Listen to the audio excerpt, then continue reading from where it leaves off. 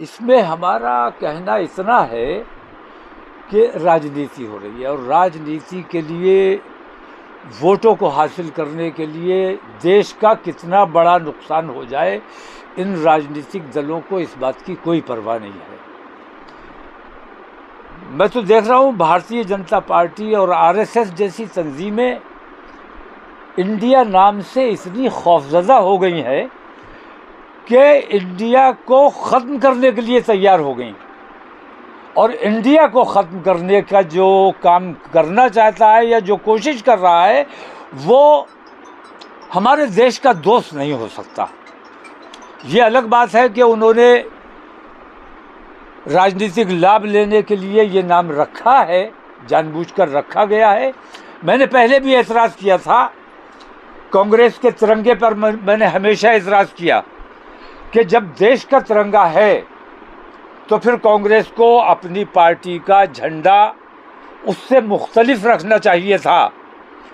देश का भी तिरंगा है और कांग्रेस का भी तिरंगा है, मैंने इस पर भी एतराज़ किया था और मैं इस पर भी एतराज़ करता हूँ कि ये जो गठबंधन का नाम इंडिया रखा गया है ये राजनीतिक लाभ के लिए रखा गया है, ये बात ठीक नहीं है। देश का इस्तेमाल और देश को नुकसान पहुंचाने का काम राजनीतिक लाभ लेने के लिए अगर कोई करता है, कांग्रेस कर रही है, गलत कर रही है, और भारतीय जनता पार्टी उससे ज़्यादा गलत काम कर रही है।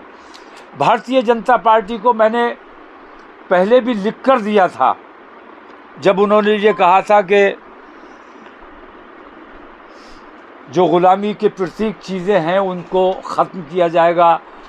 औरंगज़ेब रोड का भी नाम बदल दिया और क्या क्या उन्होंने तमाशे किए। मैंने कहा, ये कहते हैं कि इंडिया जो है ये नाम है ग़ुलामी का प्रतीक है।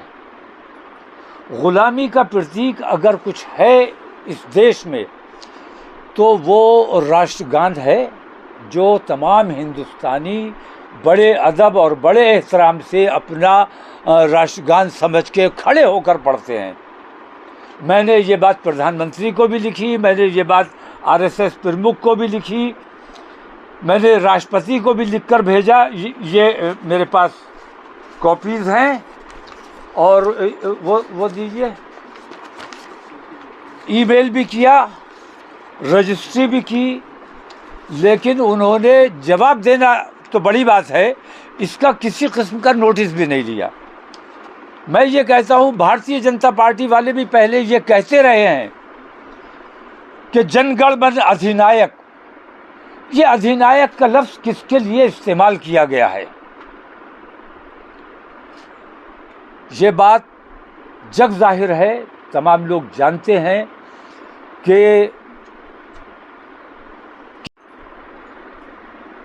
पंजुम जब इंडिया आए थे तो उनके ऑनर के लिए ये गीत गाया गया था, और आज़ादी से 36 साल पहले ये राष्ट्रगीत नहीं था, बल्कि ये उनके ऑनर के लिए, तो किंग जॉर्ज के लिए कहा गया था, जनगण मन अधिनायक आपकी जय हो, भारत भाग्य विधाता, उनको भारत का भाग्य विधाता बताया गया था।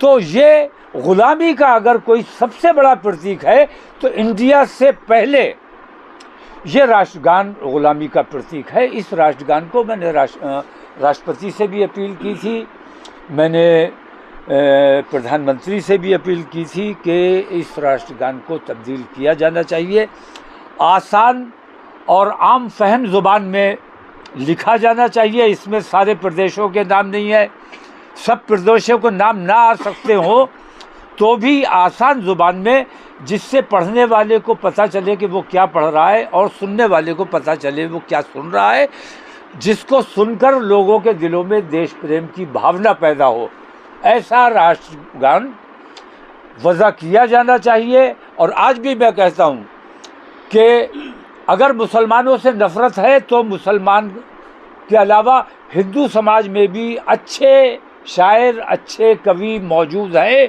उनसे एक राष्ट्रगान लिखवाया जाए और उसको आने वाली 26 जनवरी में उस राष्ट्रगान को देश को समर्पित किया जाना चाहिए। इंडिया वर्सेस भारत, इसमें हिंदुस्तान को लोग भूल चुके हैं, क्योंकि हिंदुस्तान की राजनीतिक लाभ नहीं हो रहा है। हिंदुस्तान के 3 नाम है और ये तीनों नाम रहने चाहिए।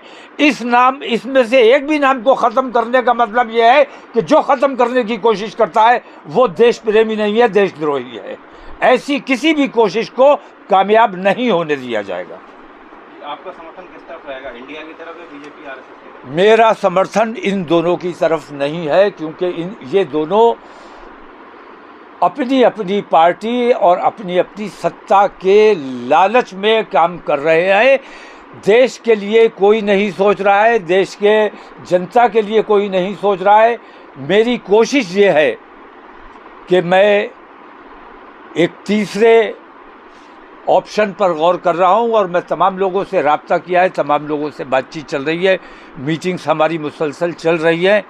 अभी उर्स का मौका है इसलिए मैं बरेली आ गया हूँ, वरना मैं अभी दिल्ली रहता। हमने रामलीला ग्राउंड की परमिशन मांगी हुई है। दिल्ली में इंशाअल्लाह